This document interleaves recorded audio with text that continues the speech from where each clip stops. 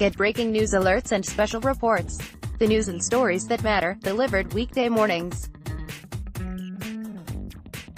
March 19, 2019, 10:13 p.m. GMTBy. Doha, Madani and Xuan, ThaiFlorida prosecutors have offered New England Patriots owner Robert Kraft and around 24 other men a pretrial deal that would drop charges against them of soliciting prostitution at a massage parlor.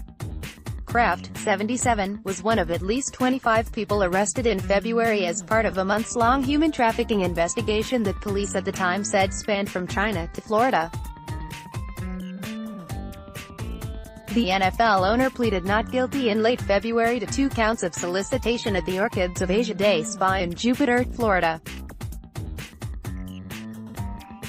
Kraft is not alleged to be involved in human trafficking, and a spokesman for him said in a statement last month that they categorically deny that Mr. Kraft engaged in any illegal activity. The offer from prosecutors was first reported Tuesday by the Wall Street Journal.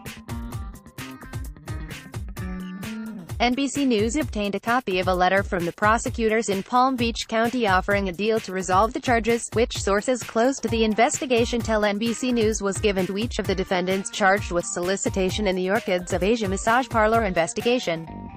The pretrial deal is part of a deferred prosecution program sometimes offered to first-time offenders who concede the state would have been able to prove their guilt.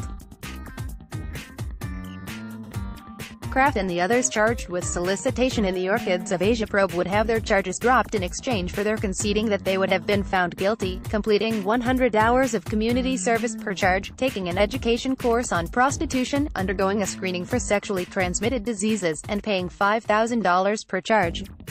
Each defendant would also have to provide a statement detailing what happened in the Orchids of Asia massage parlor room. A lawyer for Kraft did not immediately respond to a request for comment from NBC News about the prosecution's offer. State Attorney for Palm Beach County Dave Ehrenberg said on Twitter Tuesday that such details with first-time offenders are standard in cases like this. All defendants charged with solicitation in the Orchids of Asia investigation were charged with 1 count of soliciting, except Kraft, who was charged with 2 counts. The billionaire CEO and chairman of the Kraft Group allegedly visited the spa twice in January, once on the 19th, and again on the morning of the 20th, hours before the Patriots won the AFC Championship, sending them to the Super Bowl, according to court documents. Investigators say he was seen on surveillance video with a spa worker on both days. On his Jan. 20 visit, investigators say Kraft was seen on surveillance video paying cash at the front desk to an Asian female, one of the affidavits released last month said. He was then escorted into a room where authorities said the sexual activity took place. The woman then helped him get dressed and hugged him again, before Kraft allegedly handed her at least $100 and left, the affidavit states. The Orchids of Asia Day Spa, where Kraft allegedly paid for services, was one of multiple spas involved in the police investigation.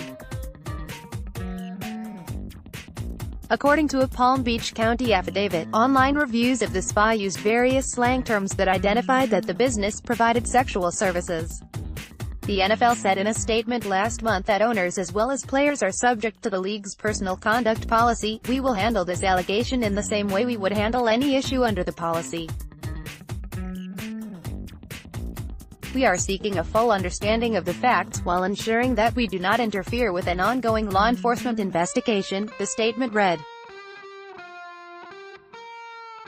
We will take appropriate action as warranted based on the facts. Doha. Madani is a breaking news reporter for NBC News. Xuan is a producer for MSNBC in New York. She previously lived in Washington, D.C., where she covered the White House during the Bush and Obama administrations. Thai also covered Capitol Hill during the 2011 fiscal crisis, responsible for covering the activities of both the U.S. House and Senate.